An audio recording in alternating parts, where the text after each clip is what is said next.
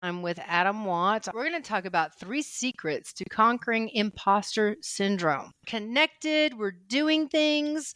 We're talking about 3 secrets to conquering imposter syndrome. My name is Adam Watt, and I end up helping marketers break free from their emotional barriers to unleash their true potential and achieve success.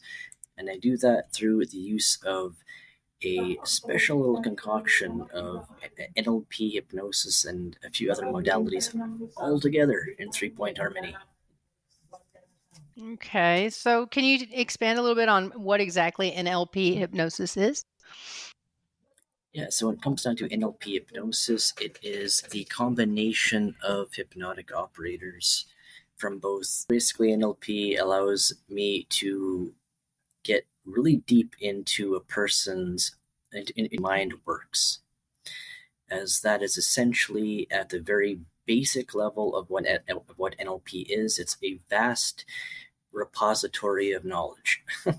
The mind and with hypnosis, those two things go together, kind of like peanut butter and jelly or chocolate. Okay, and how does that work towards helping someone with imposter syndrome?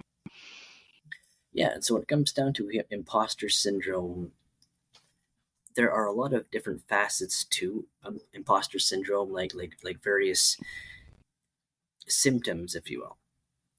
Okay. And a lot of these symptoms end up kind of converging all together into the subconscious mind, because everything ends up being controlled and basically everything is controlled by the subconscious mind, and that gets filtered down Mm-hmm. through things, so that if you end up feeling, for example, that it's kind of the thing with NLPers. Just by nature, we can get really, really, really technical, but not really mean it sometimes. Mm-hmm. But then that's where the more of the hypnosis can kind of help you at sometimes, anyways, kind of balance things a bit. And so when you end up feeling like a fraud, Mm-hmm.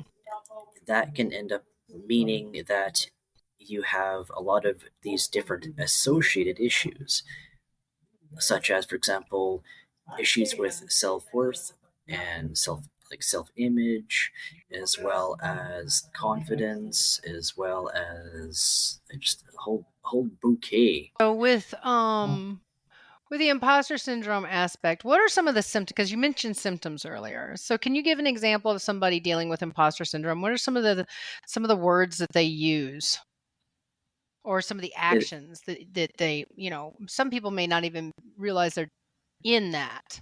I mean, the obvious oh is I'm yeah, too fat, or oh yeah, I'm a guy, I'm a girl, whatever crazy excuse. But then there's a deeper thing about imposter syndrome as well, isn't there?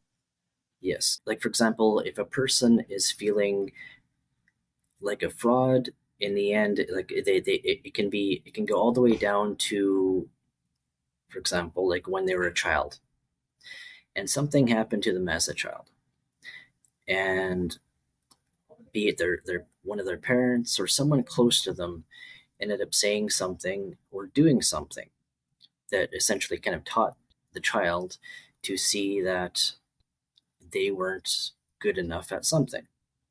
Mm-hmm. And so then when you fast forward in time and all these different things kind of pop up in the progress of time, like that, the similar types of patterns kind of cycle. Mm-hmm. So and so if someone's saying you can't do this, and then another one's saying you suck, you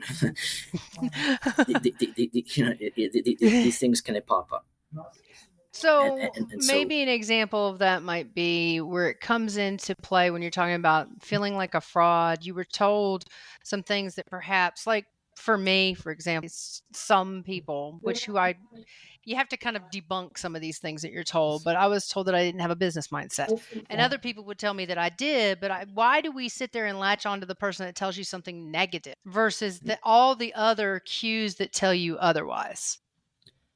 because it's a lot easier for the mind to latch on to something negative than it is to for something positive. It's part of Okay. human nature that way. It's quite literally ingrained into us that way. Okay, keeps us safe. So an example would be um the fear factor basically when we were hunters and Yes, gatherers. exactly. There's something going It's to the eat you. drivers. Yeah, yeah, exactly. Like there's it's kind of cool. I guess I can go into teaching mode this way, and Yes. so we end up having three brains. We don't have just one globe of a brain. We have three. Mhm. One is the neocortex. That is the outside brain. The part of the brain that analyzes stuff Okay. and This is applies where we logic. And overthink. yes, exactly. Yeah, yeah, and then there's the brain in between, which is the mammalian Mhm. brain, and that processes emotion and stuff like that.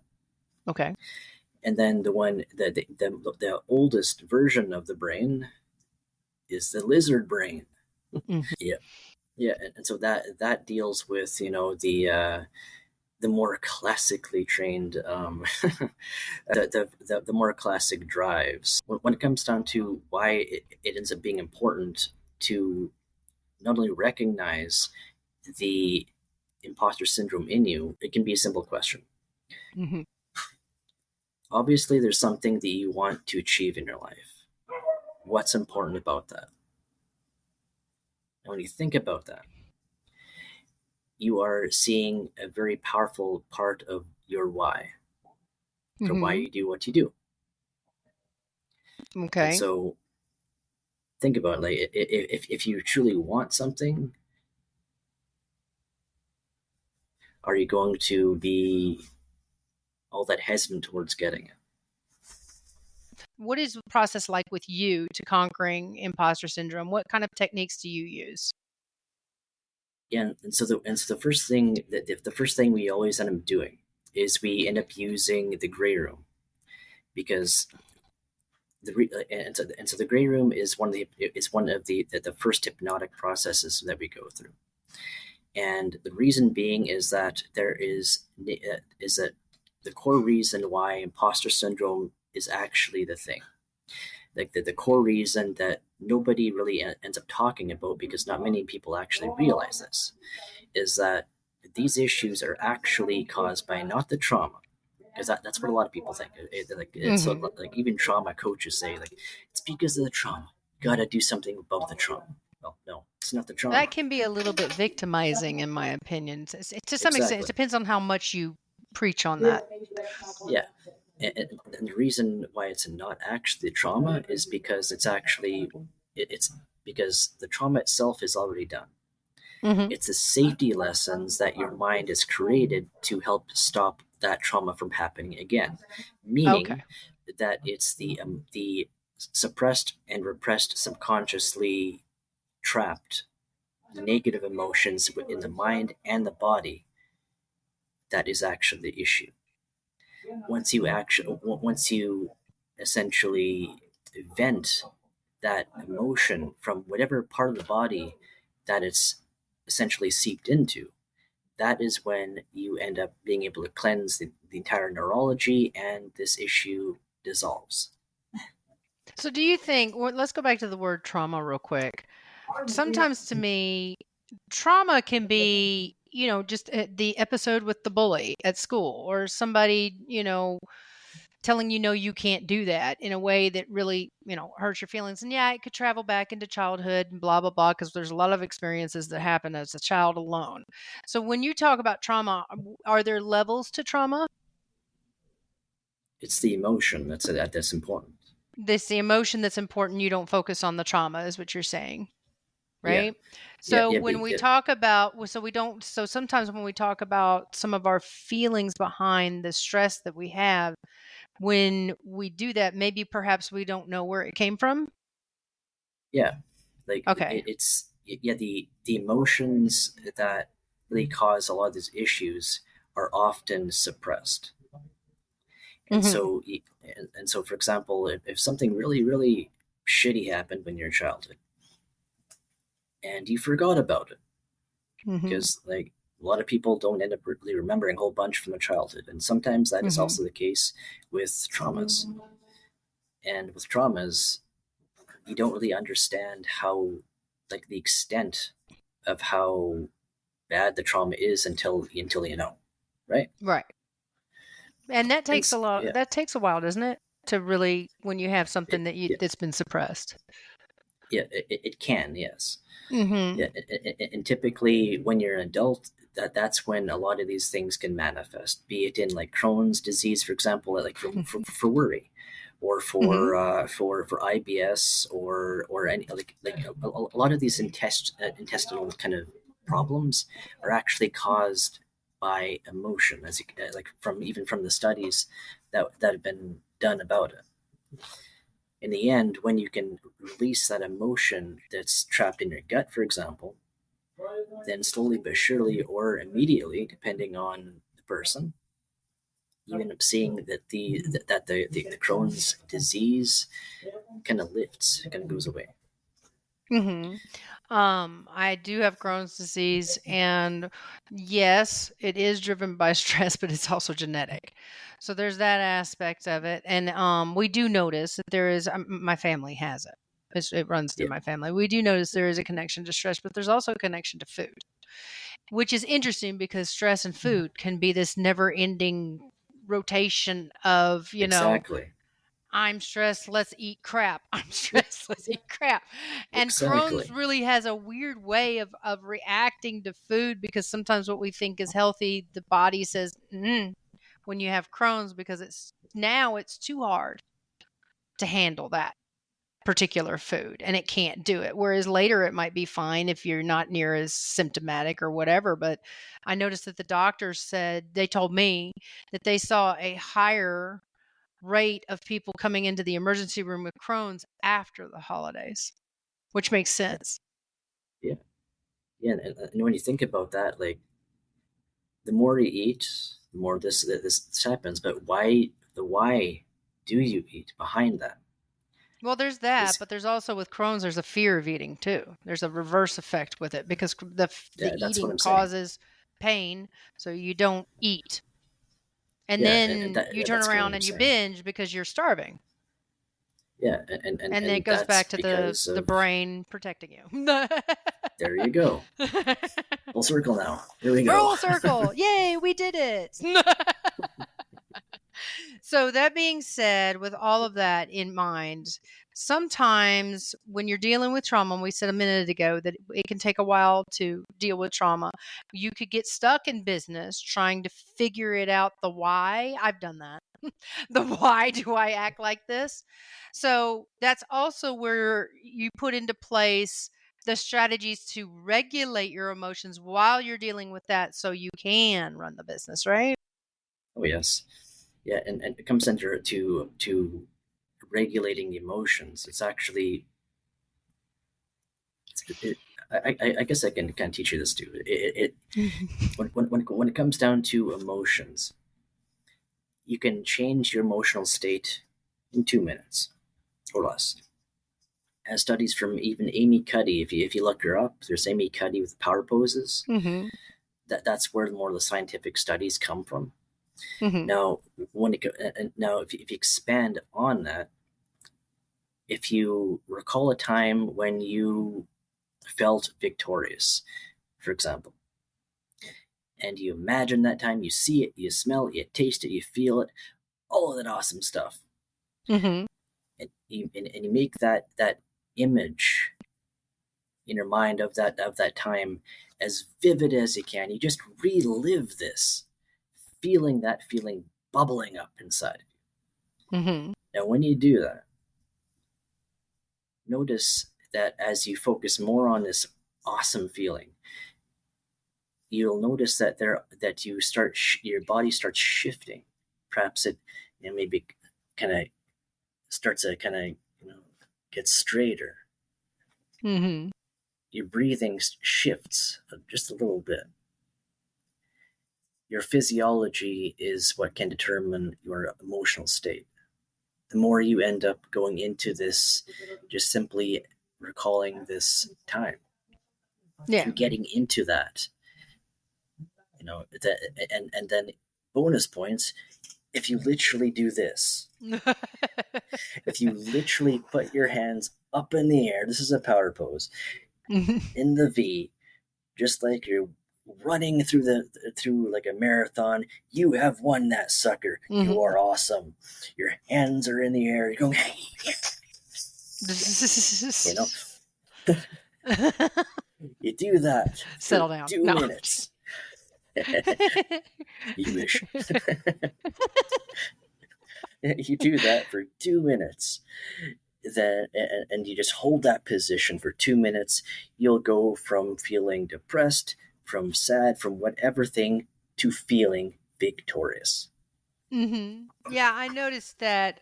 This is kind of a weird connection I just made with that. But in horseback riding, one of the things that people do when they're scared of falling off is they do this into the fetal position, we call it, but not Yes, literally because yeah. you're riding a horse. But they'll do all of this and everything just kind of gathers up into a ball. And we'll tell people to do this and feel the horse move, and that you can see them start to sit up taller, start to go with it and Yeah, relax there you into go. it. So yeah, we do stuff like that with them. Just, get out of this. And I Exactly. think we Yeah. do that when we're dealing with stress. It's that's normal. That's normal. There's also there's the freeze, the fawn, the retreat and run away, and the fight flight response, and the fawn is what I'm getting at. So those are some things. So those are some ways that you can actually be coping with imposter syndrome. I've noticed Yes. some Yeah. people overcome confidence by being feisty Feisty. Yeah. versus hiding from the Yeah. camera. Yeah. Um, so let me ask you, what's the next step that they needed to take if they wanted to learn more about your services? Tell a little bit more about what your services are and what you do specifically to help them. It's with business, I know, but what is the core thing that you focus on inside your services? Yeah. Like the core thing ends up being that if you end up having an issue with, for example, either imposter syndrome or self worth, or just like feeling not good enough, or any of these kind of mindset issues that a lot of coaches end up kind of saying, which end up funneling down as we talked about. Essentially, the emotional issues that are stopping you from getting the goal that you're actually wanting to get. Okay. Is The that more limiting clear? belief aspect, so to speak.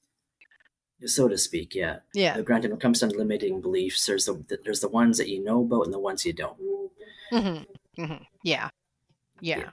And you use hypnosis inside your services to help discover some of those things? Yeah, to not only just to not just discover them, but also to rapidly remove them and install a lot more empowering beliefs, and going all the way up to identity level. As that's also something that separates coaching from hypnosis, is that Mhm. with hypnosis you're going all the way from, for example, like there are different levels to change. The ones that coaching typically end up dealing with are, for example, environment, or with just like surface level beliefs, or capabilities, Mhm. that junk. But above that is identity.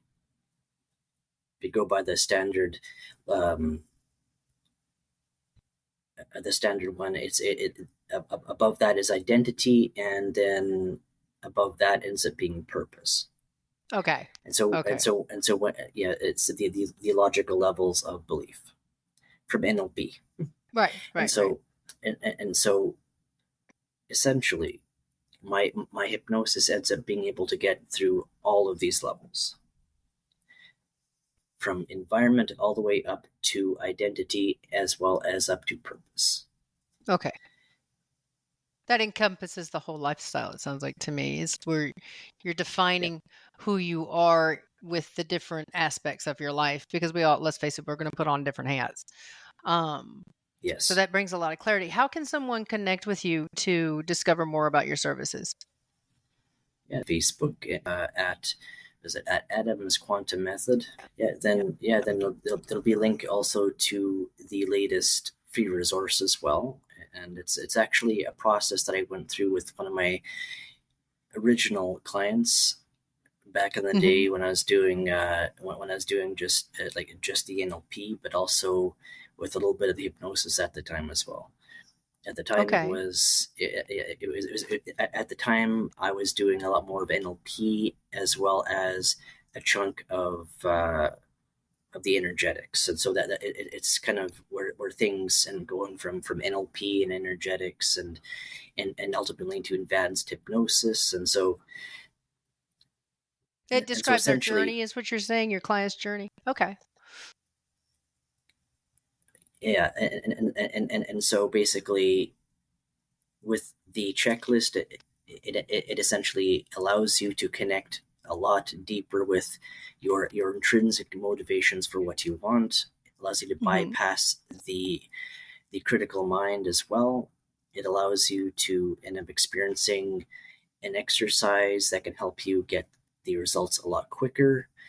And in the end, it also allows you to end up having a very personalized virtual hypnosis session as well. Okay, very cool. Very cool. Very cool. So you're kind of giving an example of what it was like for your client, but taking them through the journey as well inside your resource. So very cool. And then you have a way to connect through the resource as well to you, That's right. Yeah, right? that's Okay. right. Yeah. So I will put that in the comments of this live as well as the show notes, and come to the Effortlessly Book community where Adam and other experts go live as well. And you have access to the Effortlessly Booked program services where you can become fully booked with a sustainable and consistently booked business that adds to your life versus taking away. Thanks so much, Adam, for joining us. Thanks for having me.